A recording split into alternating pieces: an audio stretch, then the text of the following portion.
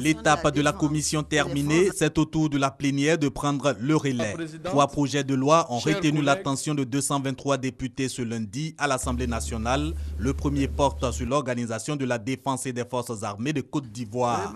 Il remplace un test vieux de plus d'un demi-siècle.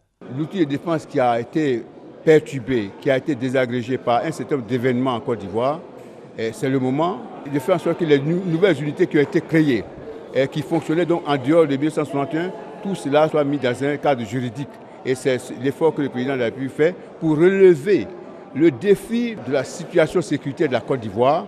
Les 2 autres E ont trait au code pénal et au code de procédure pénale. Il s'agit pour la Côte d'Ivoire, signataire du traité de Rome, d'aligner sa législation à celle de la Cour pénale internationale, CPI.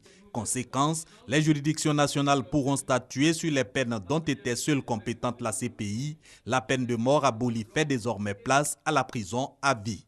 Au départ, il y a des peines qui allaient jusqu'à 20 ans, mais des peines graves. Mais on était obligé de s'arrêter à 20 ans par rapport à la peine.